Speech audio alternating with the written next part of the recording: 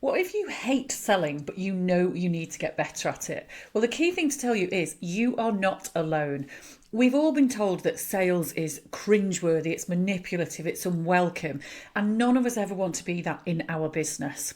But what I'm going to do today is help you work in 3 different ways to feel more comfortable, more confident, and more natural in your approach to sales so that more customers will buy from you, but you will never have to feel sleazy, pushy, slimy, unwelcome, or any of those icky things that so often go with the whole concept of selling. So my very first tip is really to shift the whole concept of selling within your mind. Think about all those instances, all those occasions where you've been on the receiving end of pushy sales. It is really unwelcome. There is no great surprise that there is so much of a stigma around bad selling. But the biggest thing that you have to bear in mind is when you are looking to help somebody to buy your service, that's the whole point. You are looking to help somebody. You're not looking to sell. Things are manipulative and unwelcome because you don't get listened to. It's not about you as the customer. It's when somebody else just rides roughshod all over you.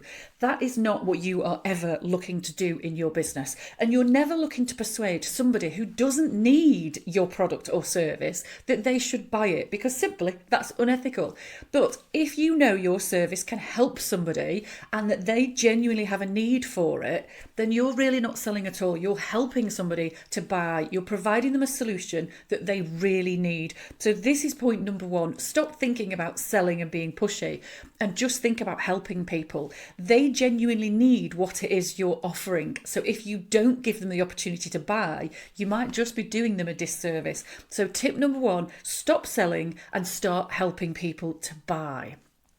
Tip number 2 is to follow a really simple structure when you're having those sales conversations, that discussion about how you can help somebody. The biggest thing to bear in mind here is that at that point in time, you should be doing about 20% of the talking and the prospect should be doing 80% of the talking. Those moments you've had where you feel like somebody was selling at you, it's because they didn't listen to a word. They just forced a presentation on you and it wasn't really anything to do with you. It was all about them. So you want to do this in a completely different way. What you really want to do is just ask lots of interesting, insightful questions. What you will find is that people absolutely love the opportunity to talk about their business. They want to talk about where they want to take it and how they can improve.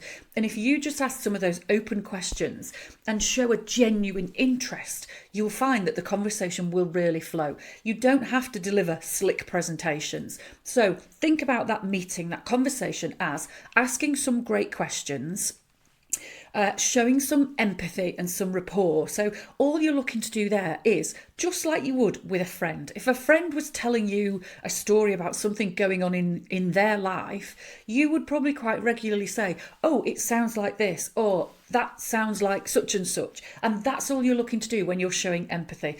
Clarify that you understand exactly what the customer is telling you and sympathise, empathise, engage with them on their level.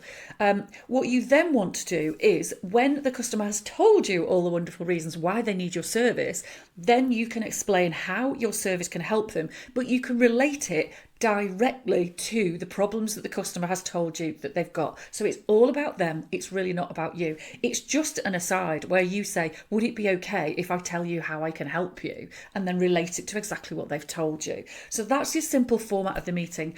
Ask lots of questions, reassure them, reiterate, prove that you've heard them, and then ask if you can explain how you can help. And then what you want to do at the end of that meeting and going forwards is you want to get clarity on exactly where they're up to, because the worst case scenario is that you both walk away uncertain. Now, what a lot of people do at this stage is they think, I don't want to be pushy, so if they want it, they're going to tell me.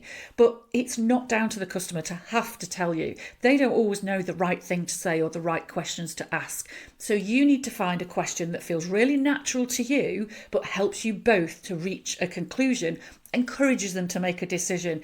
That kind of question. So my question is, I will explain how I think my service can help them. And then I will say, how does that fit with what you had in mind?